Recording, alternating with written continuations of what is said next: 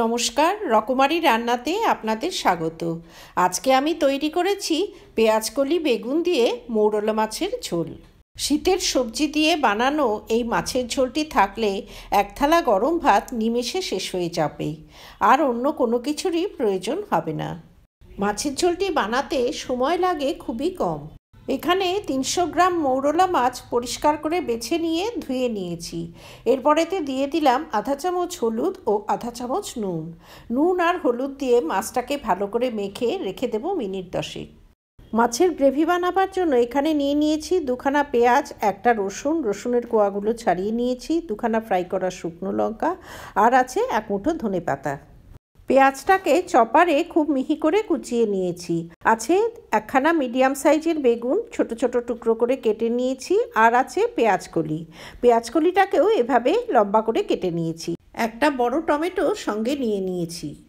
ফোড়নের জন্য নিয়েছি আধা চামচ সাদা জিরে, একটা শুকনো লঙ্কা, 3-4টে কাঁচা লঙ্কা চিড়ে নিয়েছি, আর আছে দুখানা তেজপাতা।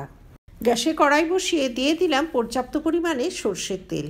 তেলটা বেশ ভালোভাবে গরম করে নিয়ে এতে ফোড়নটা ঢেলে দিলাম। কিছুক্ষণ ফোড়নটা ভেজে নিয়ে অ্যাড করে দিলাম কুচনো পেঁয়াজ। আধা চামচ নুন অ্যাড করে দিলাম। হাই হিটে পেঁয়াজটা কিছুটা সময় ভেজে নেব। পেঁয়াজটা ভাজতে ভাজতে একটা বাটা মশলা করে নেব। তার জন্য মিক্সির ছোট জার নিয়ে দিয়ে দিলাম 2টো ফ্রাই করা শুকনো লঙ্কা, 1 মুঠো রসুন, 1 চামচ ধনে, 1 চামচ জিরে ও সামান্য জল অ্যাড করে একটা পেস্ট বানিয়ে নেব। এবারে এই বাটা মশলাটা ভাজা পেঁয়াজের মধ্যে ঢেলে দিলাম। কিছুটা সময় মশলাটা পেঁয়াজের সঙ্গে কষিয়ে নেব। এতে আধা চামচ হলুদ গুঁড়ো ও আধা চামচ কাশ্মীরি লঙ্কা গুঁড়ো অ্যাড করে দিলাম। মিক্সি ধোয়া খানিকটা জল অ্যাড করে দিয়ে মশলাটা আরও কিছুটা সময় কষিয়ে নিতে হবে। মশলাটা ঢাকা দিয়ে কিছুক্ষণ কষিয়ে নেব।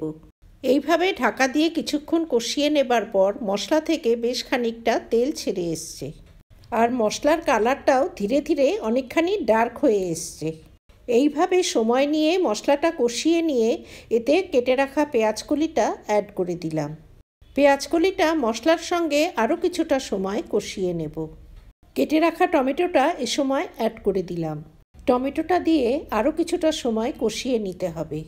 টমেটোটা ভালোভাবে সেদ্ধ হওয়ার জন্য ঢাকা দিয়ে দিলাম। ঢাকা দিয়ে কিছুক্ষণ কষিয়ে নেবার পর কেটে রাখা বেগুনগুলো অ্যাড করে দিলাম। বেগুনটা নরম সবজি, সেজন্য শেষের দিকেই বেগুনটা অ্যাড করে দিলাম। এবারে বেগুনটা দিয়েও মশলার সঙ্গে কিছুক্ষণ কষিয়ে নেব। এইভাবে সময় নিয়ে কষিয়ে কষিয়ে রান্না করলে তরকারির স্বাদ ভালো হবে। এরপরে অ্যাড করে দিলাম নুন হলুদ মাখানো মাছগুলোকে সবজির সঙ্গে ভালোভাবে মিশিয়ে দেব। ভালোভাবে নেড়েচেড়ে ঢাকা দিয়ে কিছুক্ষণ ভাপিয়ে নেব।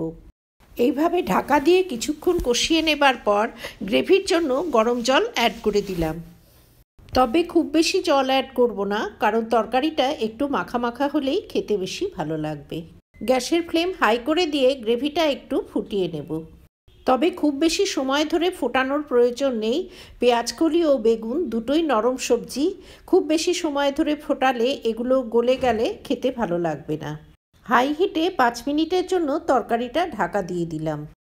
কিছুক্ষণ পরে ঢাকনা খুলে নিয়েছি। হাই হিটে মাছটা ফুটে উঠতেই সাবধানে একটু নেড়েচেড়ে দিলাম।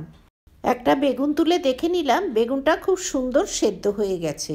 সবশেষে সামান্য একটু ধনেপাতা কুচি ছড়িয়ে দিয়ে গ্যাসের নবটা বন্ধ করে দিলাম। তৈরি হয়ে গেল পেঁয়াজকলি ও বেগুন দিয়ে মৌরলা মাছের ঝোল। শীতের দুপুরে গরম গরম ভাতের সঙ্গে এই মাছের ঝোলটি খেতে অপূর্ব লাগবে।